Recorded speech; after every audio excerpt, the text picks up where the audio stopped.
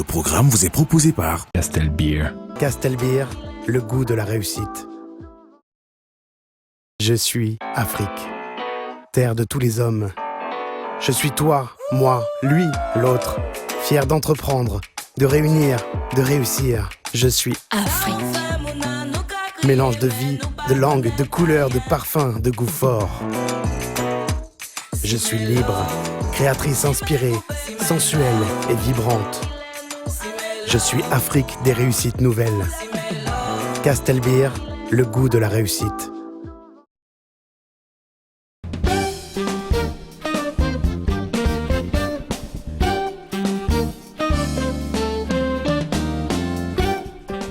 Madame, Messieurs, très heureux de vous retrouver pour cette nouvelle année et cette nouvelle saison de votre magazine Carrière. Pendant 12 mois encore, à travers les portraits de personnalités inspirantes au parcours atypique, nous allons vous proposer de cultiver des valeurs pouvant vous aider, vous aussi, à construire une carrière couronnée de succès et à tutoyer les sommets. Carrière, c'est également le magazine qui vous permet de découvrir ces jeunes audacieux qui travaillent au quotidien et qui n'hésitent pas à se lancer dans l'entrepreneuriat, le tout sous le regard et les conseils avisés de notre coach en développement personnel Roland Kwemen, que nous retrouvons pour cette édition et pour une nouvelle saison de coaching très inspirant. Voilà le sommaire de Carrière, mais pour avoir le détail de ce qui vous attend ce soir, voici Jocelyne Zoandeng.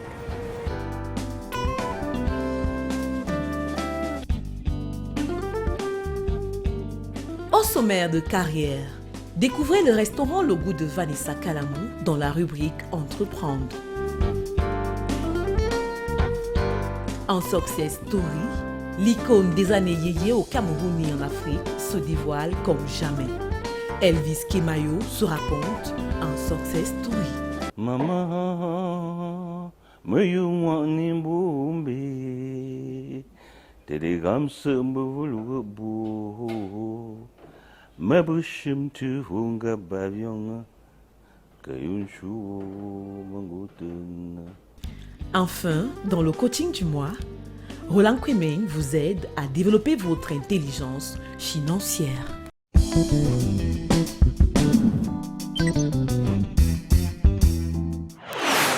La résilience, cette capacité d'adaptation face aux difficultés de la vie, est une qualité indéniable reconnue à tous les Camerounais.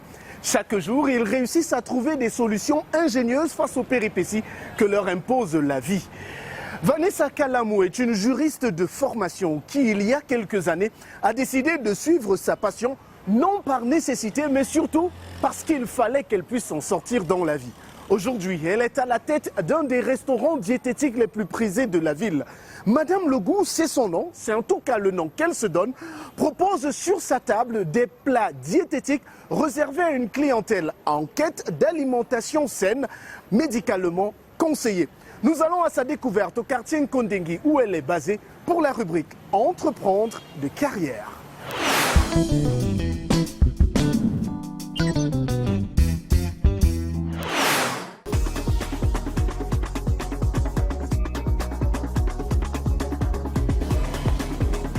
Bonjour, je suis Vanessa Kalamou, je souhaite la bienvenue à l'équipe de Carrière et bienvenue chez Madame Le Goût. Chez Madame Le Goût, nous sommes spécialisés dans la restauration, dans le service traiteur, dans les produits fumés et surtout dans la livraison et la réception des clients qui veulent consommer des repas diététiques.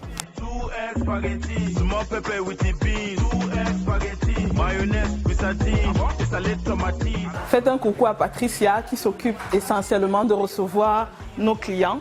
Ici, c'est l'endroit où nous recevons principalement nos clients, qu'ils viennent manger des repas classiques, mais plus précisément des repas diététiques.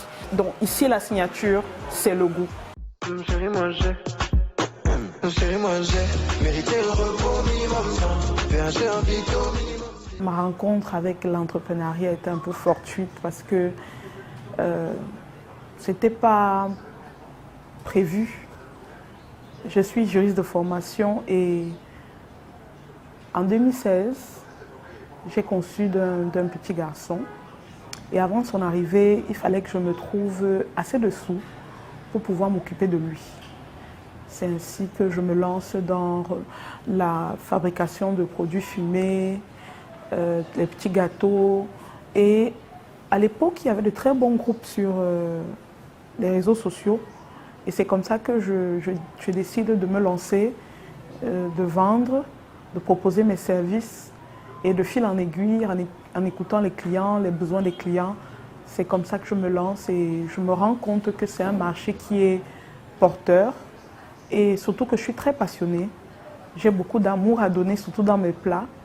Je décide de me lancer et ça prend. La plupart des clients qui venaient vers moi étaient satisfaits de ce qu'ils mangeaient. Ils avaient besoin de retrouver le goût dans les repas diététiques. Donc, ils avaient l'habitude de me poser la question, est-ce que je peux avoir une petite poêlée de légumes? Est-ce que tu peux me faire un poulet pas trop gras? Ne mets pas de cubes, ne mets pas ceci, mais je voudrais qu'il soit bon. C'est de cette manière que j'ai appris à être à l'écoute du client. J'ai fait une reconversion professionnelle et j'ai décidé de me former pour proposer des produits diététiques, des repas diététiques de qualité.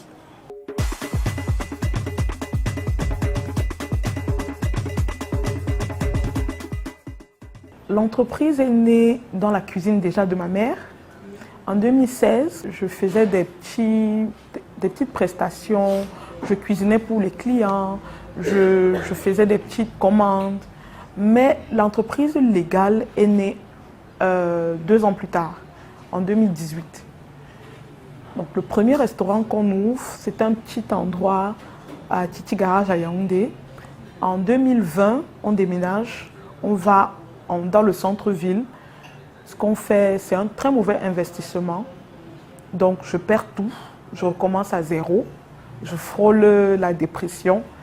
Dieu faisant ces choses et avec de très belles connexions, je me retrouve à Konengi, au garage japonais, où j'ai réussi à mettre ce petit espace à la disposition de mes clients. Chérie, moi j'ai mérité le repos minimum 100. J'ai un vito minimum 6. Millions sur le Au-delà du goût, ce que nous proposons à nos clients, c'est une expérience totalement exclusive. On essaye au mieux de se démarquer par nos produits, par la qualité de nos services.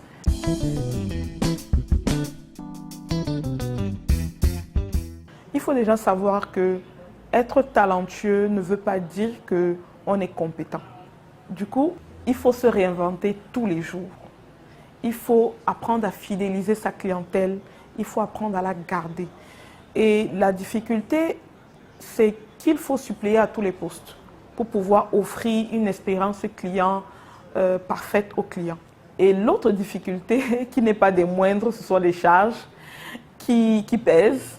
Donc, en tant que jeune entrepreneur, on a beaucoup de charges. On a les impôts, on a la mairie, on a les ENEO, les factures qui deviennent de plus en plus difficiles à supporter. Mais on ne lâche pas prise, on s'accroche, on continue à créer de nouveaux produits, on continue à séduire plus de clients pour rester au top. Je ne peux pas dire que je n'ai pas eu de soutien, mais l'État, non. Les banques, non. Mais nous avons, nous les jeunes, nous avons nos petites communautés qui se forment et on fait ce qu'on appelle des petits ndjangi. Voilà comment est-ce qu'on essaye de trouver des fonds à gauche et à droite. Il y a des amis, il y a des clients même qui soutiennent. Et voilà comment est-ce qu'on essaye d'évoluer.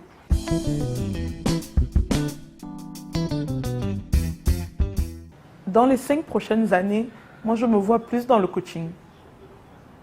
Que ce soit le coaching diététique, que ce soit le coaching dans le milieu entrepreneurial, bien sûr de la restauration, pour que ceux qui veulent investir dans la restauration ou alors dans tout ce qui est diététique ne fassent pas les mêmes erreurs que moi et puissent vraiment avancer sans trop d'embûches.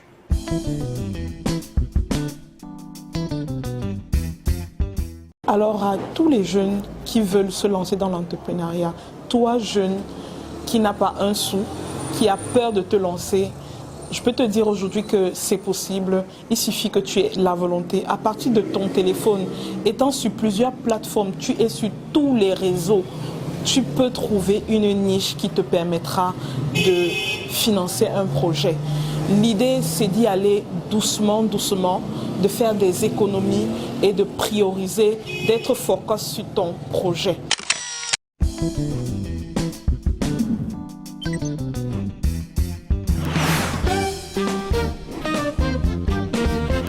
I am Africa, land of all mankind. I am you, me, him, them. Proud to create, to unite, to succeed. I am Africa.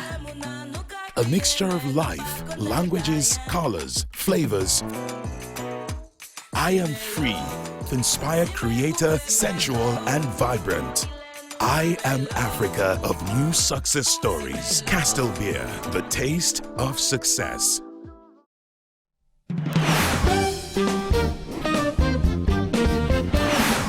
Derrière moi, en haut lieu de la culture camerounaise dans les années 60, 70, 80 et même 90. Le cinéma-théâtre Abia de Yaoundé a vu passer sur ses planches une belle brochette de stars venues offrir des spectacles inoubliables à un public très avisé. C'est un espace que connaît parfaitement celui que je vous emmène rencontrer en success story de carrière. Elvis Kemayo est une immense star du showbiz camerounais, lui qui en a marqué les plus belles années, notamment dans la période dorée entre 1970 et 1990. Chanteur de charme, impresario de talent, mais également dénicheur de talent musical, Elvis Kemayo est un artiste confirmé, mais c'est surtout une vedette incommensurable dans le landerneau camerounais. Pour aller à sa rencontre, je vous invite à un autoportrait unique, bourré d'anecdotes et surtout riche en histoires salaces. Entretien portrait réalisé avec Patrick Kamdem et Alain Gobert-Kwam au montage.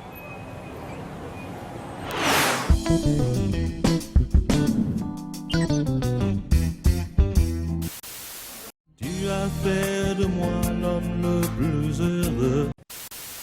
Si un jour je pouvais te revoir, debout, debout, danser, danser, Africa Music. Si c'est péché entre nous. Il fait partie à coup sûr du Hall of Fame du showbiz camerounais, toutes branches confondues. Ses chansons, des hymnes laissés à la postérité qui traversent les générations sans jamais prendre une seule ride. Dans l'imagerie populaire, sa réputation de séducteur et charmeur est restée intacte à travers les âges.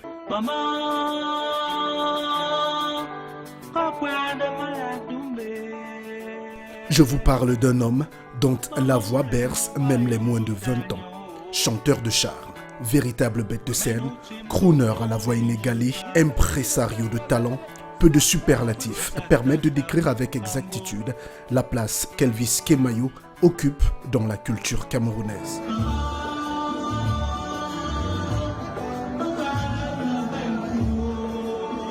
Rencontre avec une icône du showbiz, un des derniers survivants de la génération dorée qui a bercé les âges et traversé le temps depuis 60 ans.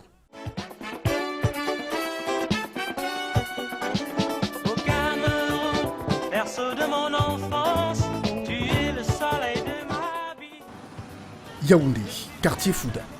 C'est ici, au centre culturel Ubuntu de Ruben Binam, que nous avons donné rendez-vous à une des icônes vivantes du showbiz camerounais. Après des mois de négociations, Elvis Kemayo a enfin accepté d'être invité en success story de carrière. Le cadre idyllique, serti des photos des plus grandes légendes de la musique mondiale, est idéal pour échanger avec celui qui, quelques jours auparavant, donnait son premier concert sur sa terre natale à Bandrefam, dans la région de l'Ouest. Pour vous dire la vérité, ça a été très impressionnant parce que je ne croyais pas qu'il y aurait autant d'engouement. Je suis arrivé au village avec le chef de famille Bandrefam à Douala, dans la personne d'Emmanuel Dikam et son épouse. Bon, je ne m'étais pas encore imprégné du village, mais je me demandais qu'est-ce qui va se passer. Mais le jour du spectacle, moi je pense que Dieu était avec nous. Parce que les gens sont venus de loin, il y avait plus de 1000 personnes qui m'attendaient. Et moi, quand on m'a annoncé, au lieu d'aller monter sur le podium, je me suis imprégné tout de suite du public qui m'a envahi pendant plus d'1 heure de spectacle. Tout le monde voulait me toucher, tout le monde voulait danser avec moi, chanter avec moi. Il y a eu des pleurs quand j'ai chanté Maman.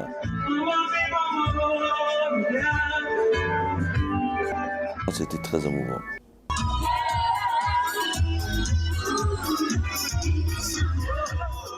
S'il n'a pas hésité à répondre favorablement à l'appel des ancêtres afin d'apporter un cachet unique à la sortie du Laakam, du nouveau chef supérieur Bandrefam, c'est qu'Elvis Kemayo a de tout temps gardé un rapport privilégié avec ses racines.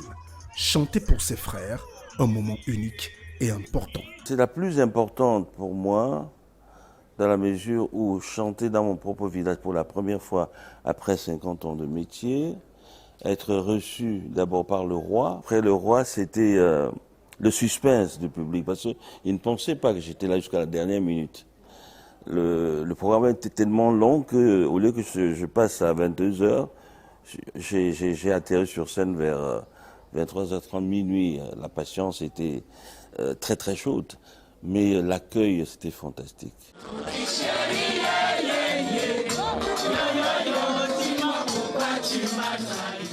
Replonger dans ses souvenirs, pour dire encore frais, est une bonne mise en bouche afin de nous introduire dans la vie et la trajectoire d'Elvis Kemayo.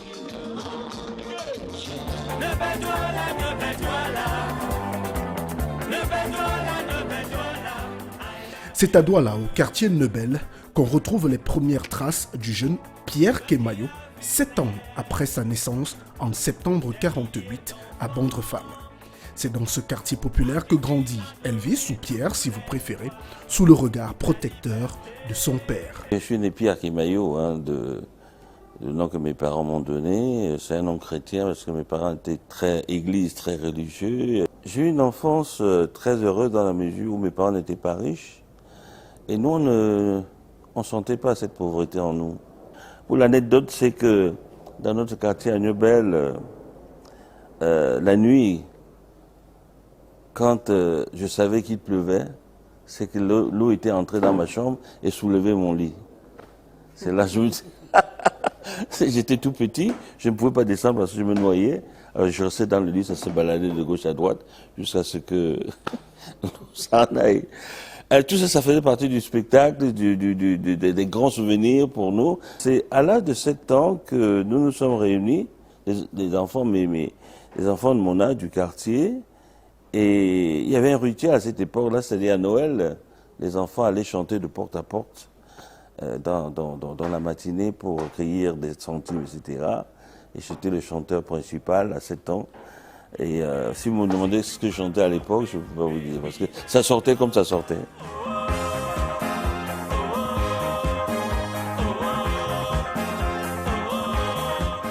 Talent précoce, il monte assez rapidement un groupe avec les enfants du quartier. À 14 ans, il organise une boum avec ses copains dans la salle de syndicat à Nebel.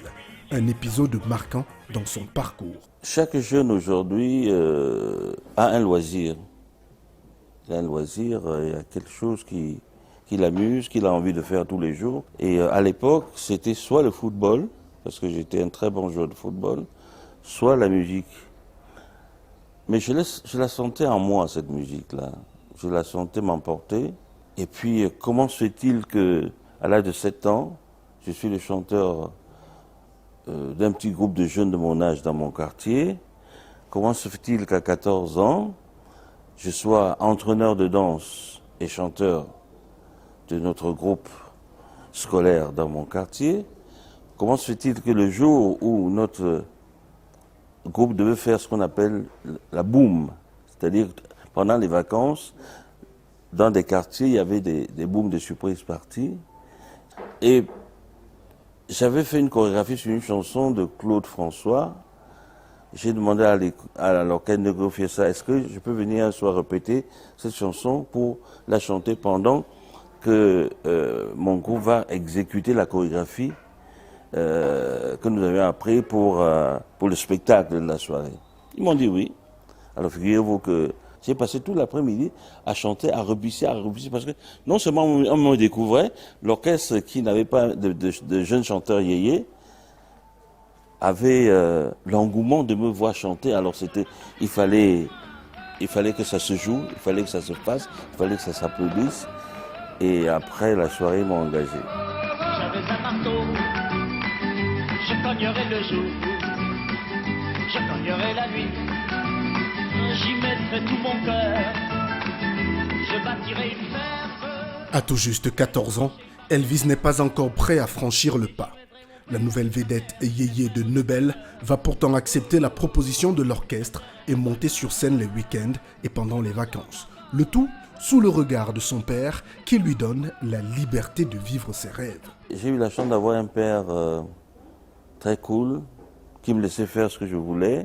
Quand il m'a vu avec ma première guitare à l'âge de 13 ans, il ne m'a pas grondé du tout. Il m'a fait confiance, ça m'a motivé et il n'a pas eu tort. Et à 17 ans déjà, je m'étais fait engager dans une boîte de nuit qui s'appelait à l'époque Contupé à Aqua. Et c'est là où le vrai professionnalisme a commencé. Tous les soirs, on allait chanter et on partait à l'école le matin. Et un beau jour, je crois que je devais avoir 20 ans, il était question qu'on aille en tournée à l'ouest pendant les vacances.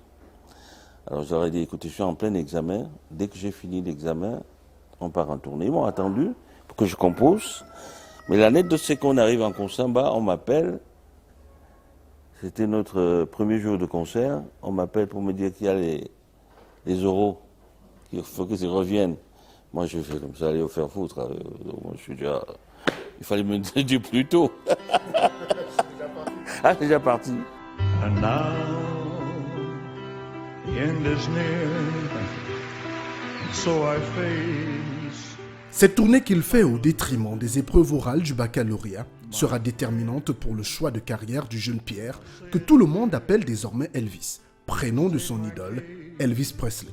C'est pendant mes répétitions avec mon groupe au quartier, puisque je chantais des chansons d'Elvis Presley, et ils m'ont collé Elvis à la figure. Et c'est resté comme ça à l'âge de 14 ans. Figurez-vous que après 14 ans, ma mère m'appelait toujours Elvis. Elle avait oublié le prénom Pierre. C'est mignon, hein. J'ai 20 ans, pour vous dire la vérité, c'est curieux. C'était en 1969, je gagnais 25 000 francs par mois. 25 000 par mois en 69, c'était énorme. Je me souviens, c'était au mois de février, j'ai donné un concert au cinéma Le Capitole. C'était un concert où je n'étais pas vedette attitrée, c'est-à-dire que je n'avais pas de composition. Je faisais un concert avec des chansons des autres chanteurs. La salle était pleine. Il y a un patron de boîte de nuit qui m'a vu ce jour-là. Et à la fin de la soirée, il m'a invité à prendre un pot et il m'a dit, écoute, je t'amène au Gabon. J'ai une boîte de nuit là-bas, tu es le chanteur qu'il me fallait.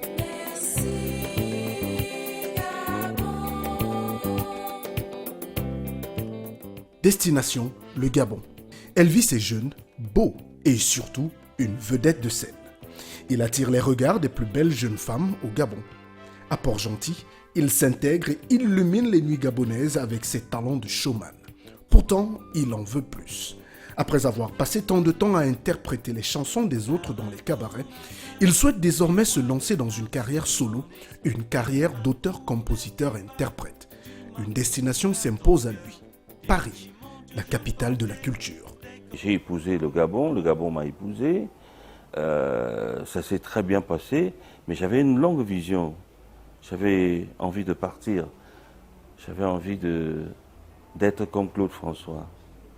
Alors, je me souviens un soir du 31 décembre 1971, vous savez que le 31 décembre à minuit, il faut chanter la bonne année, etc. Donc, vers minuit moins le quart, là où nous travaillions, c'était au bord de la mer, il y avait l'océan, à 20 mètres. À minuit moins le quart, je suis allé à la mer. Je me suis agenouillé sur le sable, je sentais le vent m'interpeller. Mais je vous prie de me croire que tout ce que j'ai demandé à Dieu, très fort, je veux être comme Claude François, je vais arriver en France, je vais avoir des danseuses, je vais avoir un orchestre à moi, je voudrais être superstar en Afrique. J'ai tellement prié que quand je suis revenu à l'orchestre, il était déjà minuit passé, on m'a engueulé comme... Mais ce que je voulais avoir, je l'ai eu, c'est avoir le courage d'aller prier.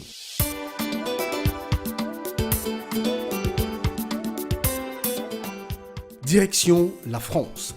Une fois sur place, il travaille avec son manager de l'époque et commence par écumer les cabarets de la capitale française pour se faire un nom. Il en profite pour sortir son premier disque. J'avais un manager américain qui s'appelait Jackson, qui me disait, dès que tu arrives, viens me voir, je vais te faire travailler. Je suis allé le voir. Il m'a dit, je vais te mettre comme chanteur dans un orchestre de variété française. On a fait le tour de France pendant 1 an. Et là, je vous dis, on était en 1972. Non, j'ai travaillé pendant 2 ans quand même. En 1976, je me sens capable d'écrire une chanson. J'ai fait un premier 45 tour qui s'appelait Ngelankoni. Il y a une grande maison de disques qui s'appelait Vogue à l'époque, les stars de Philippe, Fatima Koni, Sony, qui a accueilli favorablement le produit, mais ça n'a pas marché. Je me souviens avoir envoyé le disque quand il est sorti à mon oncle à l'époque, père Sonin, il était vivant. Il m'a cartonné, quoi. Il dit, ça ne ressemble à rien, c'est de la merde. Franchement, comme chanteur, compositeur, tu ne vaux pas un clou. La musique que j'aime, celle que je chante, elle vient de mes ancêtres. L'année d'après, je chante de maison de disques, je vais chez Decca, Madame Le Couvio qui était ma productrice, je présente la maquette Te revoir. Elle est emballée. On enregistre Te revoir, un tollé en Afrique. Ça fait boum tout de suite. Mais ce qui a attiré plus le monde, et on me l'a dit, les gens s'alignaient devant les kiosques. Ce qui les attirait, c'est la pochette du disque, avec cet accoutrement en Aoussa le Gandoura, le bandeau à la tête et beaucoup de colliers au cou.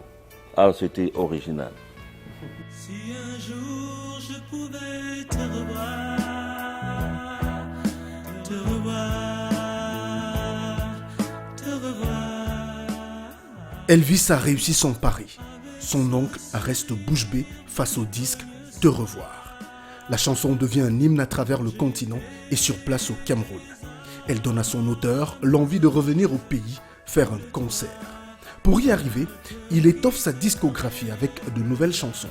Le 33 tours Tam Tam Songs sort, surfant sur la base du succès encore vivace de Te revoir. Le promoteur culturel Ndefo Pierre lui propose alors une tournée au pays. Les dates sont calées pour le mois d'août 1978. Elvis et son orchestre, le Kemayo System, composé de 15 personnes, musiciens et danseuses confondus, sont attendus avec impatience au Cameroun. Je me souviens, le jour où on a pris l'avion à 22h, c'était Air Afrique pour arriver au Cameroun.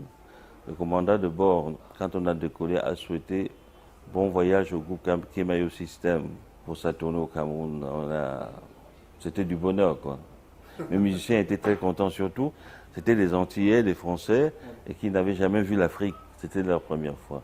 On atterrit à l'aéroport de Douala à 2h du matin. Le même commandant de bord demande à tout le monde de sortir, sauf le groupe Kemayo System. Alors là, le rideau est tombé. Hein. On était jeunes, tout le monde a commencé à pleurer, même moi. On va nous arrêter, on va aller en prison. Qu'est-ce qui se passe? Alors les Antillais disent, mais qu'est-ce qui se passe, Elvis, tu es venu nous vendre ici? Il commençait déjà à m'agresser. Bon, c'était très calme. Heureusement qu'un journaliste entre dans l'avion Et il me dit, en langue, que le dehors, il y a 1 million de personnes qui ont envahi le tarmac, qui sont venues depuis 18 heures m'attendre. Alors quand je sors de l'avion, parce que si tu es habillé en blanc, quand je sors de l'avion pour mettre dehors, c'est comme si le ciel tombait avec du tonnerre sur moi. Des applaudissements, des cris, c'était émouvant. Très, très, très émouvant. Te revoir, c'est mon désir.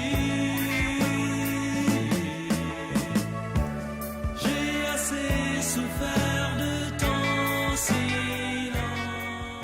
Cet accueil émouvant n'est que les prémices de ce qui attend Elvis et sa bande lors des 2 concerts à Douala et à Yaoundé. Dans la capitale économique, l'engouement populaire autour de cet événement est tel que le stade de la réunification est archi-comble. D'ailleurs, pour y accéder, le Kemayo System doit user de subterfuges pour traverser la foule compacte. Il y avait 100 000 personnes à l'intérieur du stade et 100 000 personnes à l'extérieur. Alors nous on arrive, j'étais dans une Mercedes, mes musiciens dans un petit car. Le public refuse que nous entrions. Il dit, vous allez d'abord nous faire entrer avant que vous entrez au stade. Mais c'est spectaculaire. Alors l'organisateur nous a fait faire demi-tour. On est tous allés à Newbell. Ils ont loué un camion qui porte des sacs de macabo, là, avec les bâchés. Nous sommes entrés dedans. Et puis on est entré au stade comme si on venait livrer du matériel, quoi. C'est là où le spectacle a eu lieu. Mais c'était magique. C'était magique.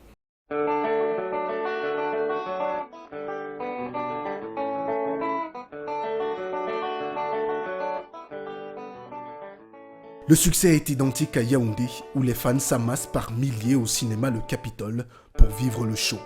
Elvis Kemayo est au sommet de sa gloire. 2 ans après cette tournée, il met sur le marché un nouvel opus. Dans ce disque, une chanson qui le rend immortel. D'ailleurs, lorsqu'aujourd'hui vous lui demandez quelle est sa chanson préférée dans l'ensemble de sa discographie, Maman, me Telegram sembulubu mabushim tu hunga bavyonga kayunshu manguten. No comment, parce que c'est une chanson qui est sortie en 1980. Il y a eu un concert à Dallas.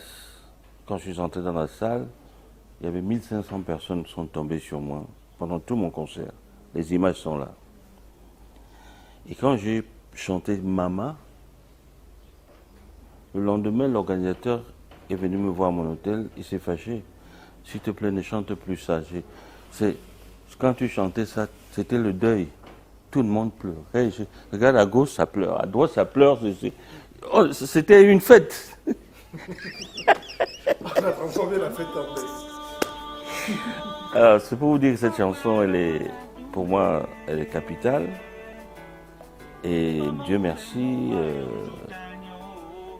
de m'avoir inspiré avec mon ami Tchaga Samuel, qui a eu les premières inspirations de cette chanson, de l'avoir créée avec lui, parce que ça, non seulement ça touche beaucoup de nos compatriotes qui sont expatriés et qui n'ont pas la possibilité de revenir ici, sont bloqués par la carte de séjour, les green cards, ils n'ont pas de papier. S'ils sortent, ils ne reviendront pas. Alors, moralité, ils perdent leur maman, papa, tout le monde, sont bloqués.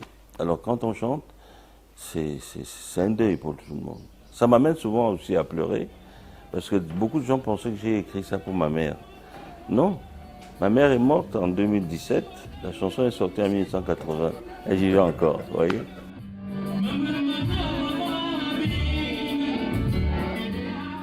Le succès de Mama se passe de tout commentaire. Les images parlent à suffisance de la place que cet hymne occupe dans la discographie camerounaise. Son message poignant et l'émotion qu'elle suscite transportent et électrisent les foules à chaque sortie d'Elvis Kemayo. Il ne s'appartient plus d'ailleurs. Sollicité à travers le continent et le monde pour des concerts, son succès et son aura lui valent de retourner au Gabon en 1982, cette fois pour prendre la direction de l'orchestre national.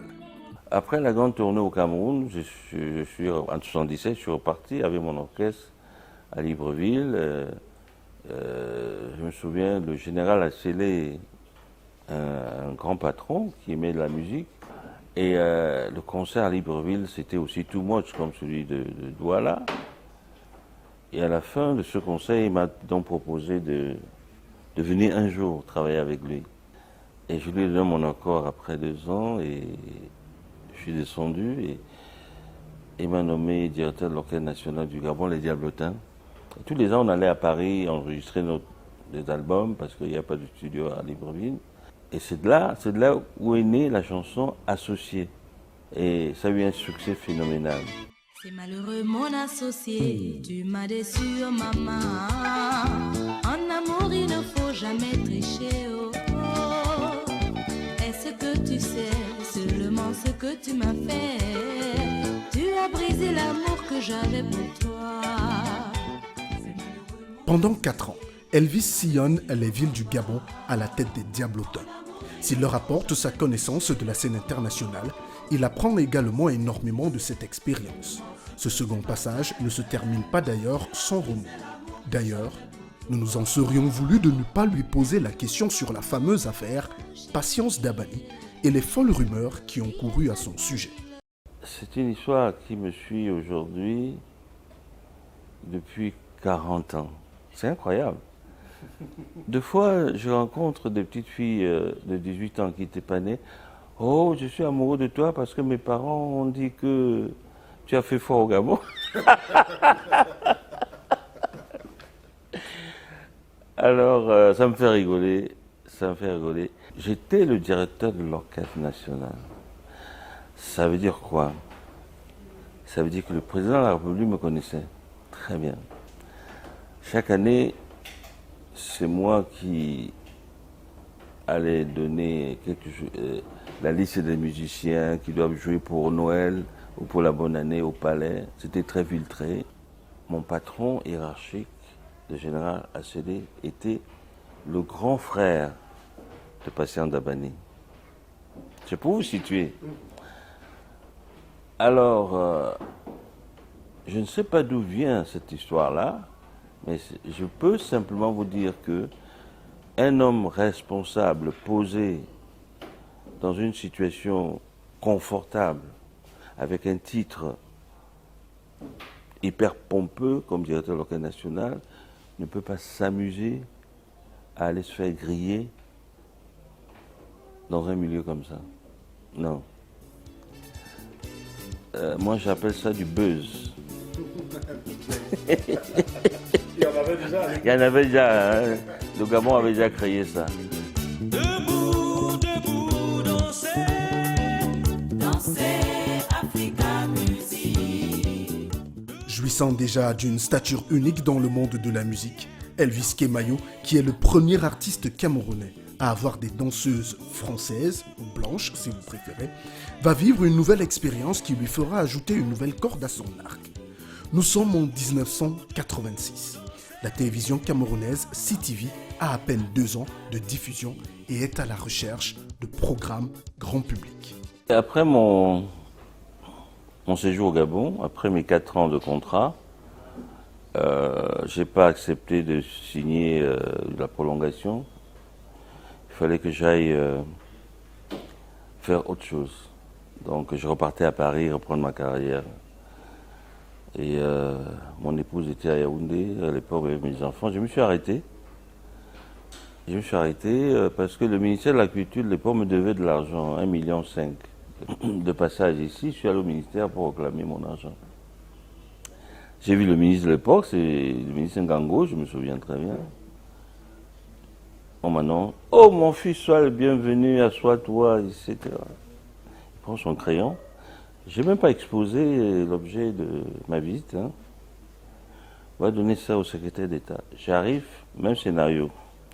On va donner à M. Itoga. M. Itoga, c'était, père son âme, c'était le directeur général, le premier directeur général de la CTV et CRTV. Je suis allé chez Antenon, il m'a reçu, on a parlé de tout, du Gabon.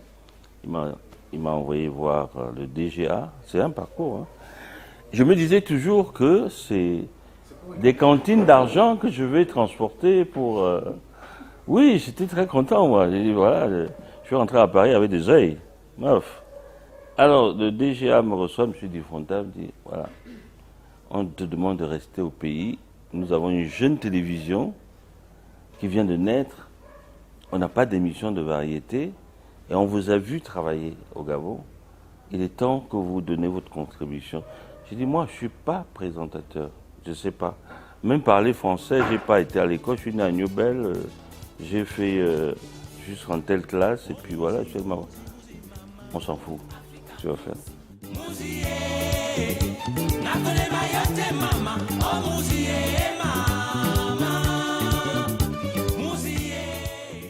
De retour à la maison, il présente le projet à son épouse d'alors. Elle y voit une opportunité unique pour lui et lui conseille alors de se mettre désormais dans la peau d'un présentateur télé comme il en a côtoyé en France. Il rédige le synopsis de Télépodium qu'il soumet le lendemain au directeur général de la CTV. Il reçoit le feu vert des responsables de la chaîne et carte blanche pour toutes ses exigences. J'ai sillonné pendant un mois tous les cabarets de Yaoundé et Douala à la recherche des musiciens. À chaque fois que j'entrais dans un cabaret, je prenais des notes. Je demandais, il s'appelle comment, on me le donne. Et un matin, je les ai tous convoqués à mon bureau. J'ai dit, vous êtes engagés comme musicien de la CRTV, avec un salaire de 150 000 francs par mois. Ils étaient jeunes. Ils ont applaudi et on les a engagés. Alors, c'est là où l'aventure Télépodium est commencée. Notre première édition, c'était au Palais des Congrès. Le ministre était là, le DG était là, toute la clique directionnelle était là pour accueillir l'émission. Ça a eu un succès indéniable.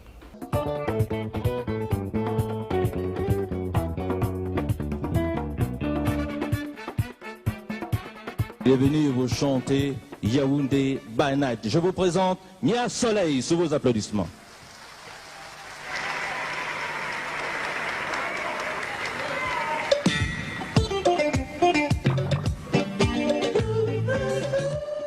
L'anecdote, c'est que quand Télépodium passait, tout le pays était en silence. Il n'y avait personne dans les rues. C'est comme s'il y avait une ville morte, etc. Il n'y avait personne. C'était une émission qui était enregistrée, montée et diffusée.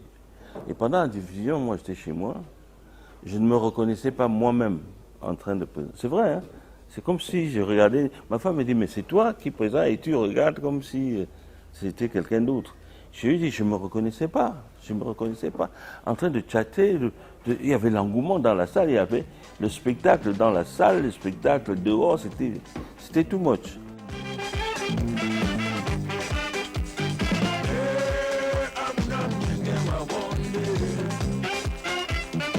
À chaque édition, Elvis Kemayo propose un plateau unique aux téléspectateurs. Entre artistes confirmés et jeunes pousses en quête de notoriété, le savant dosage offre un programme de qualité scruté et attendu. J'allais d'abord en mission choisir des musiciens, leur faire signer un contrat. Ils étaient payés, logés, voiturés, nourris. Imaginez. Il fallait leur donner tout ça. C'était pas la porte ouverte à tout le monde, il fallait avoir du talent. Dédé Yango est né à Télépodium.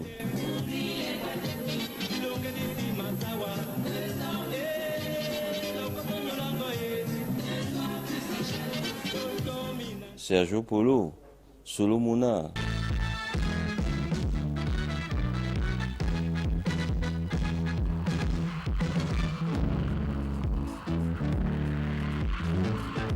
L'apéro de Banga a beaucoup bénéficié de la promotion de Télépodium.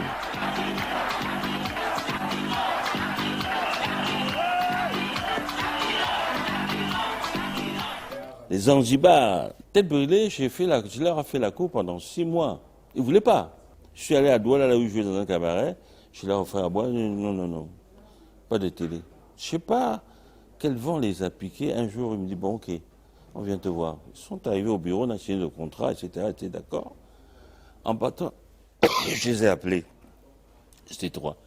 Mais vous dites que vous êtes des têtes brûlées.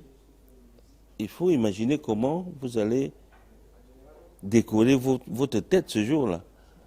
Ah, ok, ça leur a donné une idée. Quand ils sont arrivés sur le podium, que je les ai annoncés, ils avaient le foulard sur la tête. Et sur la piste, sur le podium,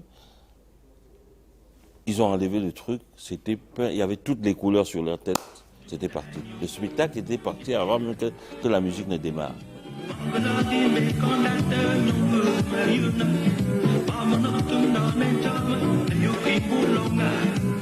Tout est beau dans le meilleur des mondes. Du moins, c'est ce que pense Elvis Kemayo qui ne voit pas venir le rebondissement que lui réserve le film de sa carrière. En 1990, quasiment au sommet avec Télépodium, le programme est stoppé net par les nouveaux responsables de la CRTV. Enivré par le succès dans lequel il a baigné pendant 4 ans, l'enfant de Bandrefam n'a pas fait de provision.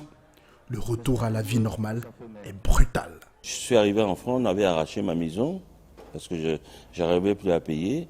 Nous, on habitait à l'hôtel. Mes enfants étaient sur le lit, mon épouse et moi, on se couchait par terre. À un moment donné, j'ai monté une structure comme chauffeur-livreur. J'ai livré des ordinateurs pour pouvoir vivre, nourrir mes enfants. C'est ainsi qu'un jour, je suis allé me coiffer dans un salon de machin.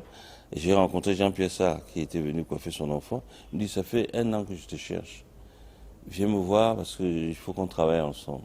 Et je lui ai dit, si on doit travailler ensemble, moi je ne sais faire que de la musique, production, pignon sur rue, société. Pas de blabla de chambre à chambre ou... Non. Il m'a dit, je suis d'accord. On a acheté le bureau aux Champs-Élysées, le bureau de ministre, hein. J'avais un bureau de ministre.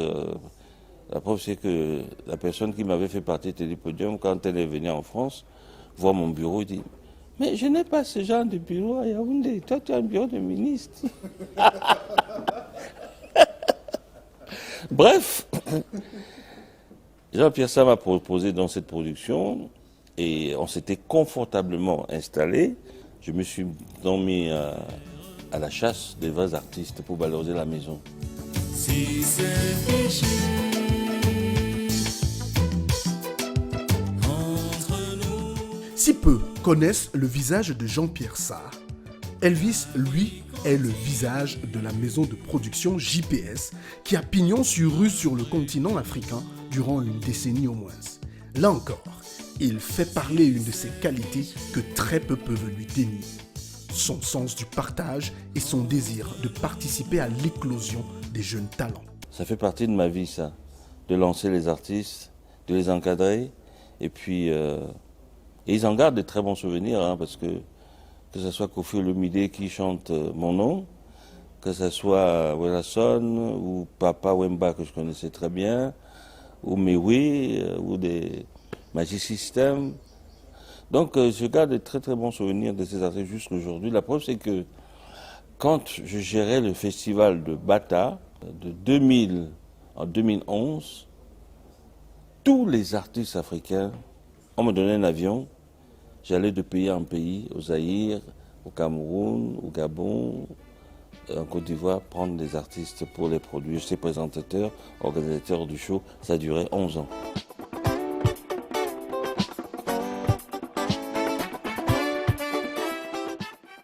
Tout en boostant les carrières de nombreux artistes qui l'accompagnent dans le cadre de ses fonctions à JPS, il n'oublie pas sa carrière et met sur le marché des albums qui rencontrent à chaque fois le succès escompté.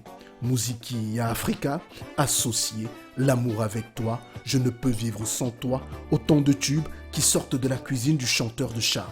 Comment ne pas citer parmi ces chansons l'un de ses chefs-d'œuvre devenu un véritable chant patriotique au fil du temps.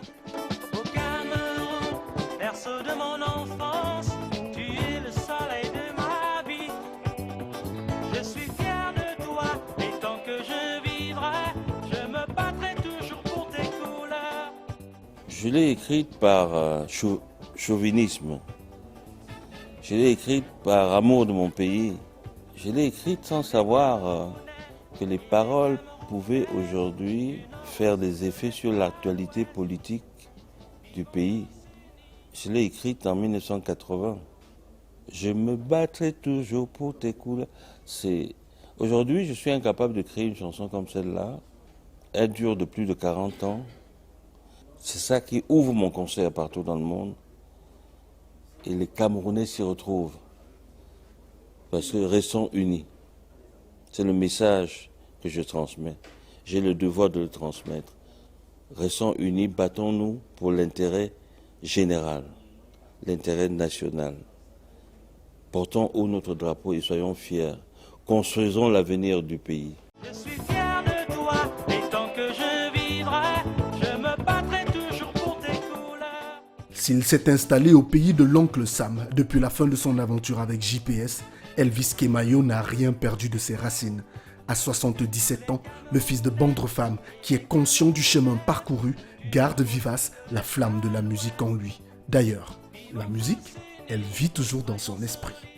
J'aimerais faire un dernier album, peut-être ce ne sera pas le dernier, mais c'est Dieu qui décide, dans lequel je m'affirme comme artiste qui a fait ses preuves, comme artiste qui a obéi à Dieu tout en étant un pécheur.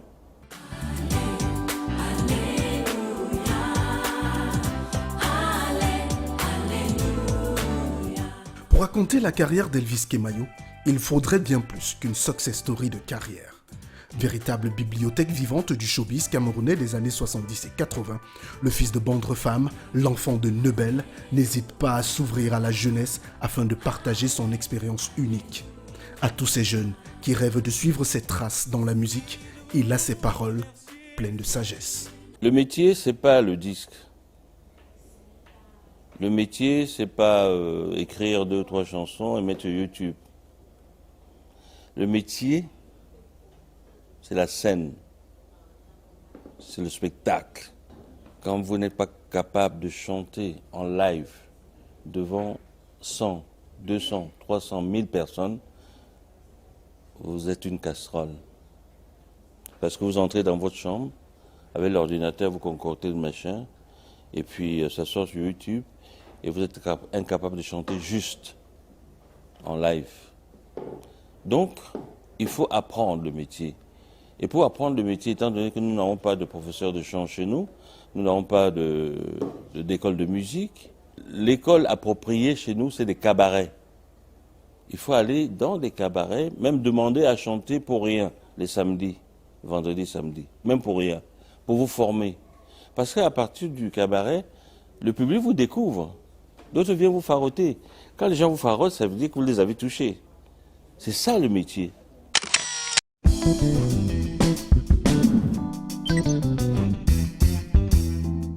De retour sur le plateau de Carrière avec notre invité en Success Story, c'est une véritable légende vivante de la musique camerounaise, une bibliothèque encore bien debout. Elvis Kemayo, sur toute votre carrière, est-ce qu'il y a quelque chose que vous auriez fait différemment aujourd'hui? Si je regrette quelque chose, c'est que j'aime pas Dieu. Non.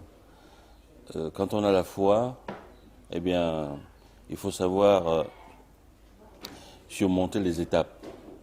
Mais demandez toujours la doléance de l'Éternel pour qu'il vous tienne la main. Aussi bien vous êtes dans un trou, aussi bien vous êtes sur la planète Mars, il faut toujours implorer le Seigneur et ne pas pleurer. Non, la joie. Un mot à l'endroit de la jeunesse camerounaise qui vous place au rang d'icône atemporelle de la musique et de l'art au Cameroun. Qu'est-ce que vous leur dites à ces jeunes-là comme conseil? Pour ces jeunes qui ont choisi de se lancer dans la musique, c'est un métier très agréable. C'est un métier très vivant. Mais ce n'est pas facile d'y entrer parce que il y a des périodes où il faut supporter des douleurs, où on prend des coups, où on tombe par terre, on a peur de se relever, où on n'a plus de jambes pour se relever. Ça s'appelle la galère. Parce qu'au début, vous n'êtes pas payé quand vous chantez, on vous minimise, on vous néglige.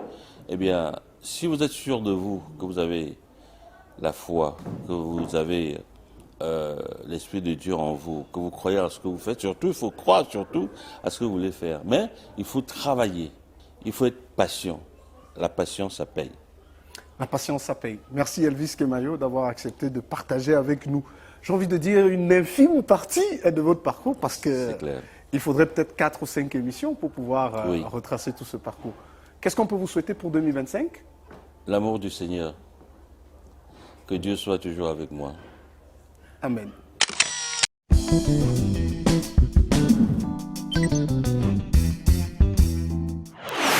Retrouvons à présent notre coach en développement personnel, Roland Kwemen, le fondateur du cabinet Go Ahead Africa, qui depuis 20 ans offre des formations aux entreprises et aux particuliers pour leur permettre de booster leur potentiel, mais également leur carrière. Ce soir, il nous parle d'une des qualités importantes pour un leader d'impact, l'intelligence financière. Coaching.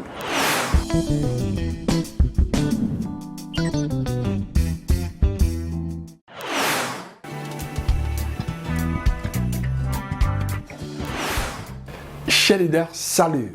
Je suis Roland Kwemen, coach et formateur en leadership, fondateur du cabinet Go Ahead Africa Limited.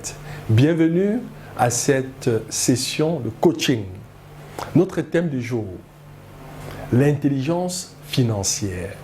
L'intelligence financière désigne la faculté qu'a une personne de gérer efficacement ses finances personnelles. Alors, chers leaders, pensez-vous gérer efficacement votre trésorerie personnelle? Voici les 5 indicateurs d'une mauvaise trésorerie personnelle. En 1, vous ne savez pas exactement combien vous dépensez chaque mois. En 2, vous avez prévu d'attendre de gagner plus d'argent avant d'épargner. En 3, vous n'avez pas de fonds d'urgence, en d'autres termes, le fonds de sécurité. En 4, vous avez tendance à dépenser trop rapidement, et ceci sans une réflexion préalable. Et en 5, vous avez des dizaines d'excuses pour lesquelles vous êtes un cas particulier et vous ne pouvez pas gérer vos finances comme les autres. Chers leaders, voici les 5 QI financiers. Le premier QI financier est assez clair. Pour gagner davantage d'argent, il se mesure par la quantité d'argent que vous gagnez. Le second QI financier est protéger l'argent. Il se mesure par le pourcentage de votre revenu que vous arrivez à conserver. Le troisième QI financier, il se mesure par votre capacité à organiser votre budget afin de dégager un surplus à investir. Le quatrième QI financier, pour faire fructifier votre argent, il correspond au rendement du capital que vous avez investi. Et le cinquième QI financier, pour améliorer votre information ou culture financière. Il se mesure par votre capacité à comprendre des informations financières de plus en plus complexes. La question, chers leaders, des 5 QI financiers, lequel vous fait défaut? Nous allons à présent parler des 10 lois de l'argent. L'argent étant le nerf de la guerre. 1. L'argent ne va pas forcément vers ceux qui sont croyants, bons, spirituels ou même chanceux. En 2, la connaissance des mécanismes qui produisent l'argent est beaucoup plus important que la richesse ou l'argent lui-même. En 3, l'argent ne viendra jamais vers vous parce que vous le méritez, mais plutôt parce que vous l'avez réclamé. En 4, il faut être diligent, méticuleux, rigoureux pour avoir de l'argent.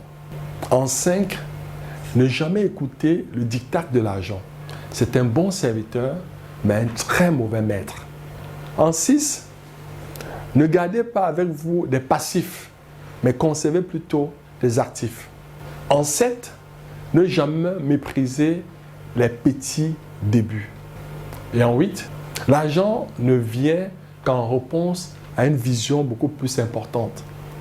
En 9, investir dans les choses que vous connaissez est plus susceptible de vous rendre riche. Et en 10, évitez les conseils de ceux qui vous promettent de devenir riche rapidement. Car la vraie magie, c'est le travail. Chers leaders, nous sommes arrivés au thème de notre session de ce jour. Je voudrais à présent partager ce proverbe africain. L'homme généreux invente parfois des raisons de donner. À titre de rappel, les leaders d'impact sont des apprenants. S'ils cessent d'apprendre, ils cessent de performer. Pas de performance, pas de progrès.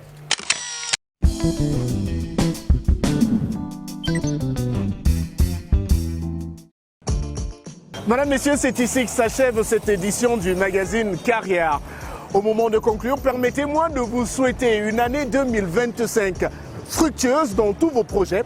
Je vous souhaite surtout d'avoir beaucoup d'argent, parce qu'il en faut, pour pouvoir réaliser les différents projets que vous avez formulés en cette année. Merci particulier à notre équipe technique pilotée par Alain Gobert-Kwam et surtout notre OPV, notre opérateur de prise de vue, Kamdem Patrick Towo. Rendez-vous dans un mois avec le même plaisir pour une autre édition du magazine Carrière. D'ici là, bonsoir. Ce programme vous a été offert par Castelbeer, le goût de la réussite. Je suis Afrique, terre de tous les hommes. Je suis toi, moi, lui, l'autre, fier d'entreprendre, de réunir, de réussir. Je suis Afrique.